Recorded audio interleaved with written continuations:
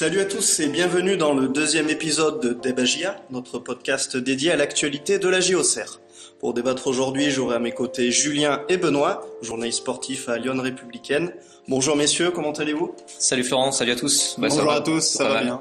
On sort du match donc ça va. Parfait, ils seront accompagnés de Michel, supporter du club auxerrois. Bienvenue parmi nous Michel, ça va, pas trop stressé ? Oui, ça va, le match est terminé. On a pris un point, c'est le point de l'espoir contre le leader, c'est pas si mal. Ok, donc au sommaire de ce nouveau numéro, donc un débat autour du thème suivant. Le point pris contre Metz est-il un bon point pour la JOCR ?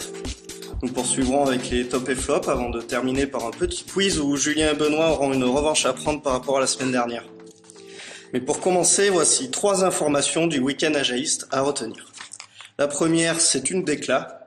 Si le club descend, je resterai à la JA. Des mots prononcés par le propriétaire chinois du club, James Zhu, en marge de la rencontre AJMS, lors d'une interview accordée à Lyon Républicaine. La seconde, c'est un score. Il est de 0-0. Le résultat face à Metz ce samedi. La JA a gardé face à Metz sa cage à violet, une première depuis la dernière victoire 1-0 face au Clermont Foot le 15 février dernier. Et enfin pour terminer, c'est un chiffre, le numéro 2. Malgré son match nul qui peut paraître un bon résultat ou pas, on verra dans le débat tout à l'heure, face au leader Metz, la JA ne compte plus que 2 points d'avance sur Nancy qui est 18e et premier barragiste, et qui s'est imposé vendredi sur la pelouse du Clermont Foot 2-1. Vous écoutez l'épisode 2 de Débat JA, le podcast de Lyon Républicaine consacré à l'actu du club ajaïste. Passons maintenant au moment tant attendu, le débat du jour. Messieurs, vous êtes prêts ? On est prêts. Oui. Toujours. La question du jour est donc la suivante. Le point pris face à Metz est-il un bon résultat ? Donc je vais passer la parole à Benoît. Benoît, qu'en penses-tu ? Écoute, oui, pour répondre clairement à la question, je trouve que c'est un bon point pris par la JA, qui déjà d'une part met fin à cette série de défaites où on en était à compter 3, 4, 5 défaites jusqu'où ça allait s'arrêter. Bon voilà, c'est terminé, la spirale vraiment de crise, la spirale négative est stoppée, l'hémorragie est stoppée. C'est important de le faire à un moment donné, et en plus c'est fait face au leader, ce qui est quand même pas rien. La JA a réussi à tenir en échec le leader Metz 0-0, donc en concédant peu d'occasions, en ayant même les meilleures opportunités de la rencontre. Donc effectivement, je trouve que c'est un bon point pris par la JA, où on ne l'attendait pas forcément face au leader. Michel, toi, qu'en penses-tu de ton côté ? Plutôt positif face à ce résultat-là ? Plutôt positif aussi, je rejoins Benoît, on reçoit le leader, on sait qu'ils vont monter en Ligue 1, c'est pas dans ces matchs-là qu'on doit prendre les 3 points, même si bien sûr ça nous aurait fait du bien. On prend un bon point, on a été assez solide. Finalement, on a concédé assez peu d'occasions, je trouve. On aurait même pu remporter la partie sur la dernière action avec du Gimon. C'est dommage, mais voilà, on sent qu'il y a du mieux, on sent que c'est solide. Maintenant, il va falloir confirmer absolument vendredi prochain contre Niort, parce que là, il ne faudra pas se louper. Donc pour Benoît et Michel, c'est plutôt un bon point pris, une hémorragie stoppée après la série de 5 défaites consécutives. De ton côté, Julien, qu'en penses-tu ? Tu as l'air plutôt opposé à ça ? Oui, mais c'est sur le principe, j'entends totalement les arguments de Benoît et de Michel, mais moi à la limite, je prends pas vraiment en compte l'adversaire. Je me dis pas que c'est un bon point à la maison contre le leader. J'essaye malheureusement d'avoir une vision un petit peu plus globale, et c'est encore une fois un mauvais week-end pour la GA. C'est-à-dire que certes, l'hémorragie est stoppée, certes la GA a pris un point, ça faisait longtemps, et ça de ce côté-là, c'est une bonne chose. Malheureusement, moi ce que je retiens, c'est surtout que la GA a encore perdu 2 points sur Nancy, 2 points sur Sochaux, Châteauroux a pas encore joué. Voilà, c'est la marge de manœuvre en fait de la GA est de plus en plus réduite.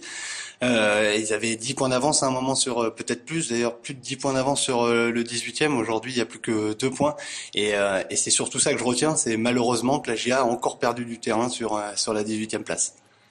Ouais, effectivement, il y a plus que 2 points d'avance sur le barragiste.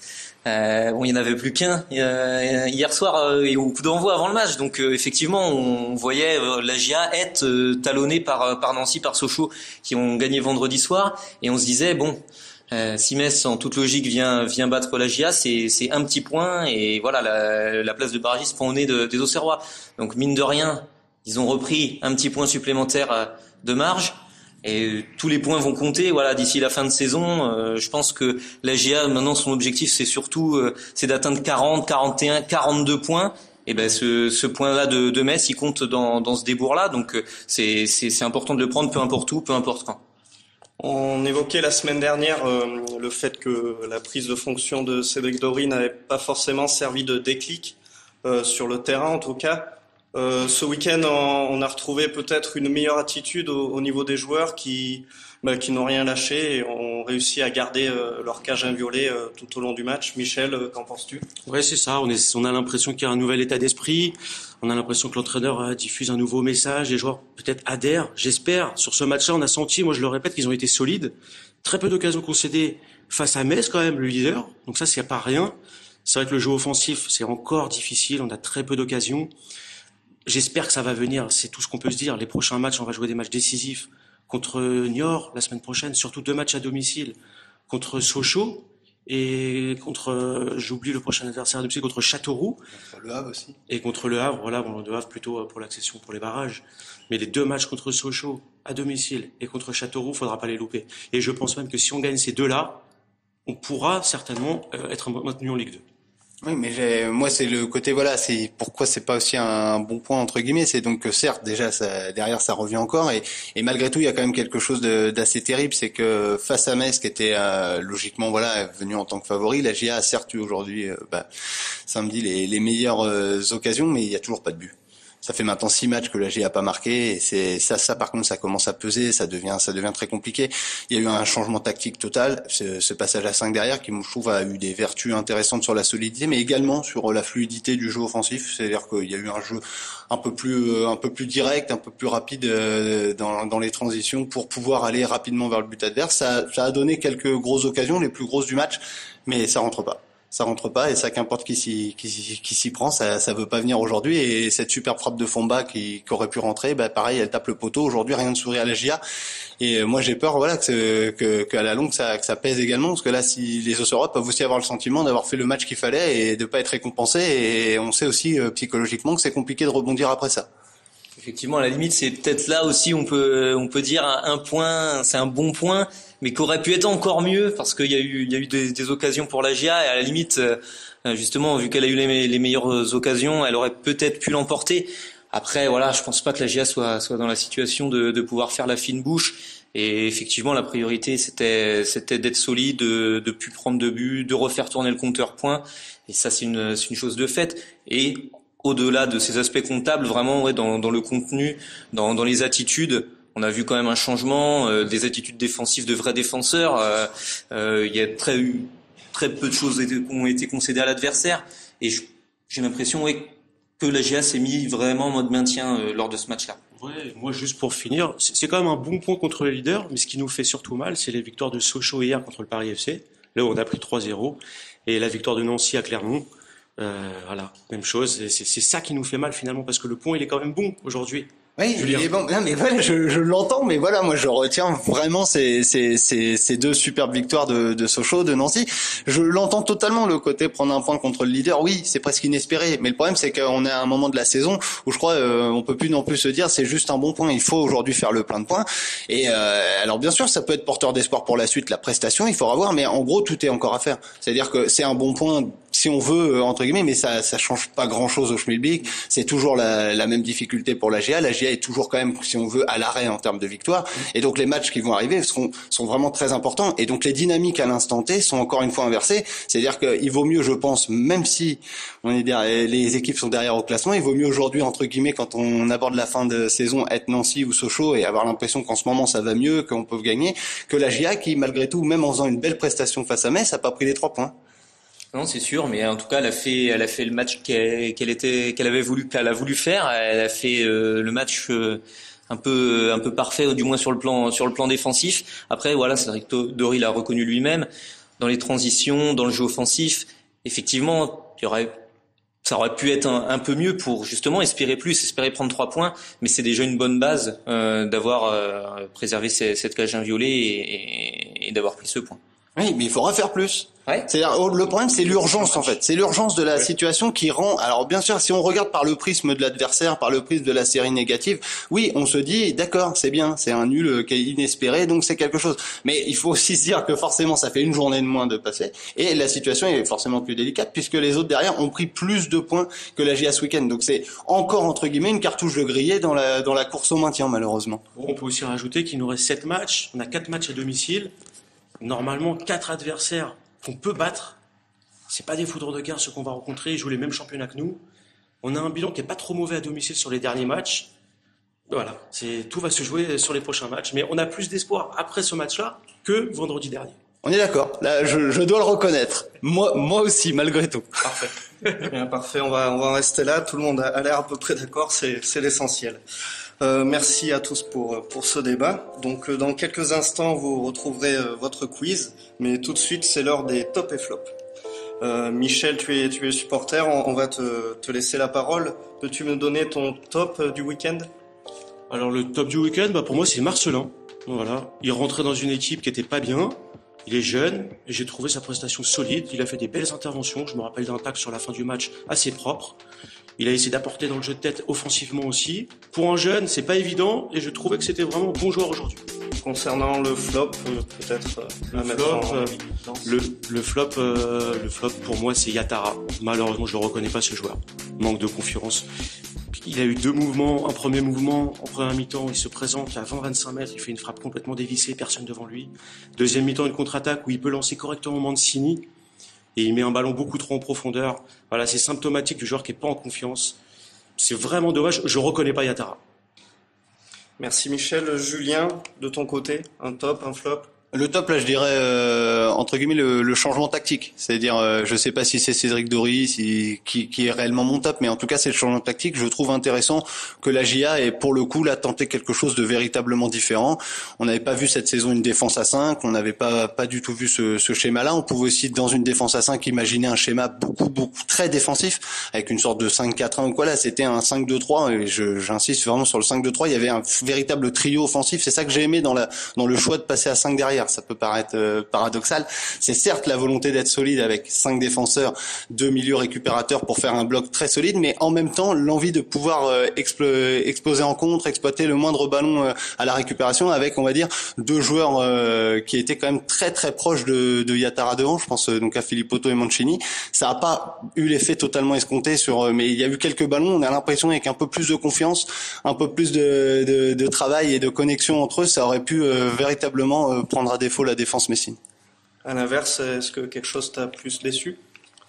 C'est toujours le problème face au but. Je veux dire, je vais stigmatiser personne cette semaine, mais c'est vrai que ça commence à être long.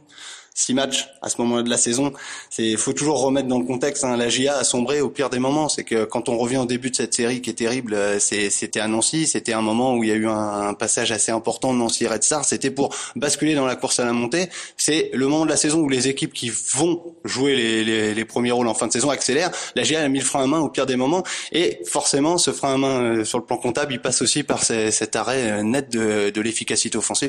Il n'y a plus du tout de possibilité pour marquer. Je veux dire, aujourd'hui, encore face à Metz, il y a eu beaucoup de ballons quand même intéressants et ça va pas au bout. Ça, pour moi, ça commence à peser un peu trop. Ok, merci Julien. Benoît, pour conclure. Eh bien, en top, je vais mettre Samuel Souprayen, qui a été capitaine pour la première fois contre Metz, qui est héritier du brassard.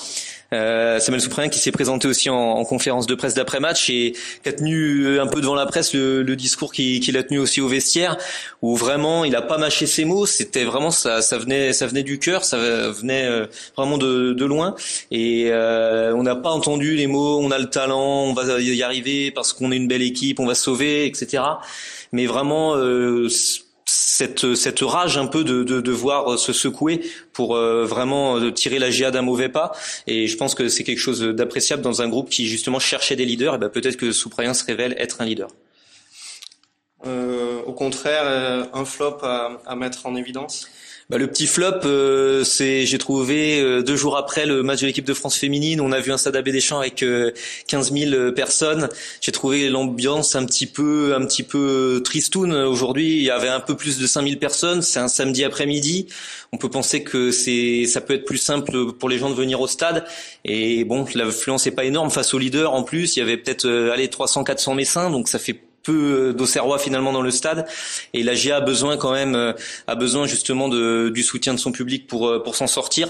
Après, il faut quand même souligner par exemple le comportement des ultras Auxerre qui ont vraiment encouragé leur équipe tout au long du match, et on voit ils sont plus dans une démarche justement de soutenir les joueurs plutôt que d'être vraiment dans le négatif et de taper un petit peu, de secouer un peu le cocotier. Donc voilà.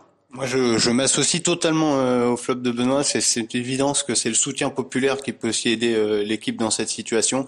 Et c'est bien de se mobiliser pour venir supporter l'équipe de France. Et c'est une belle vitrine, c'était sympa, c'est une belle fête. Maintenant, ce qui doit faire vivre Auxerre, c'est la GIA. Et donc, la GIA a besoin de son public.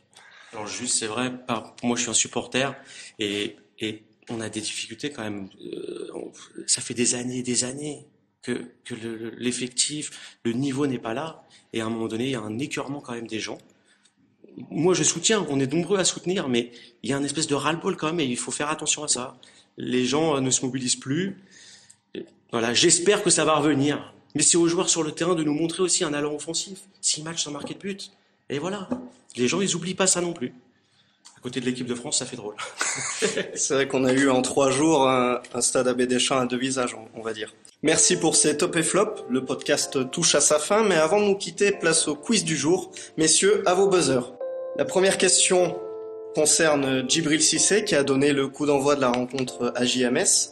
Combien de buts a-t-il inscrit à l'AJ Auxerre entre 99 et 2004 ? Toutes compétitions confondues, s'il vous plaît. 90. Bravo Julien, c'est un tout pile. On passe à la deuxième question. Recrue ajaïste du mercato hivernal, l'ailier chinois Ji a été officiellement présenté lors de cette même rencontre de samedi. Ma question est la suivante. Il devient le combienième renfort du club cette saison ? Moi, j'ai tenté 11.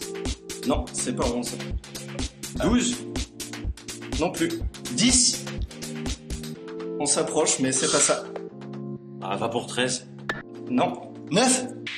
9. C'est un deuxième point pour Julien. Je suis en veine aujourd'hui. Bon, on va quand même passer à la troisième question. Ce sera donc une devinette pour départager l'ensemble des participants de ce quiz. Est-ce que vous saurez retrouver ce joueur ? Je suis né le 5 avril 1967 à Paris. J'ai donc fêté vendredi mes 52 ans. Formé à Sochaux. Franck Sylvestre ? Franck Sylvestre, Michel ? C'est ça, c'est la bonne réponse. Bravo. Ah bravo Michel. Bravo. Et là, Michel Encore une fois, a mis tout le monde d'accord. le supporter qui triomphe. Ah, Des c'est Ouais, je suis compliqué un là. peu plus vieux que vous, c'est pour ça. Ah, merci, c'est gentil avec nous. Donc, bravo Michel. En tout cas, voilà, le deuxième épisode de notre débat GIA est terminé. Merci à tous de nous avoir suivis. N'hésitez pas à réagir sur nos réseaux sociaux. On vous donne rendez-vous le week-end prochain pour de nouvelles aventures.